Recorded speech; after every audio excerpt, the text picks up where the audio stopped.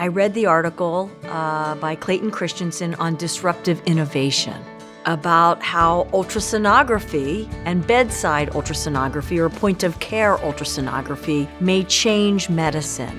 One of the major disruptors that came right out of Temple Radiology was Dr. Marvin Ziskin, a true genius in the field and a researcher in ultrasound. He developed Doppler ultrasound that is used in every institute everywhere in the world today. Marv, he is the primary reason that ultrasound is a diagnostic tool.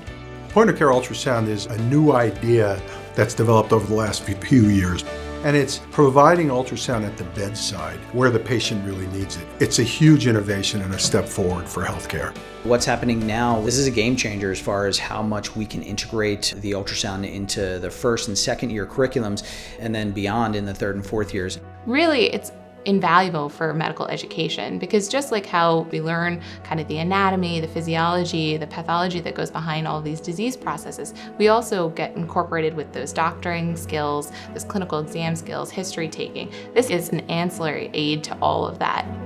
Ultrasound is a very useful modality. It can really aid clinicians while they're evaluating the patients, just like they would use a stethoscope, would use a point-of-care ultrasound.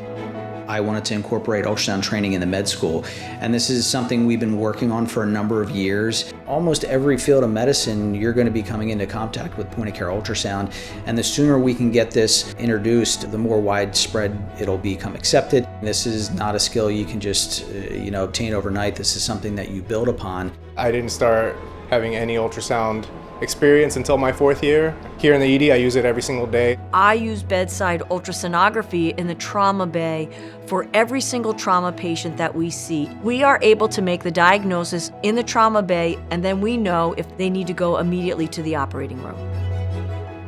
The point-of-care ultrasound will and is becoming the next major stethoscope, and it is a huge leap forward.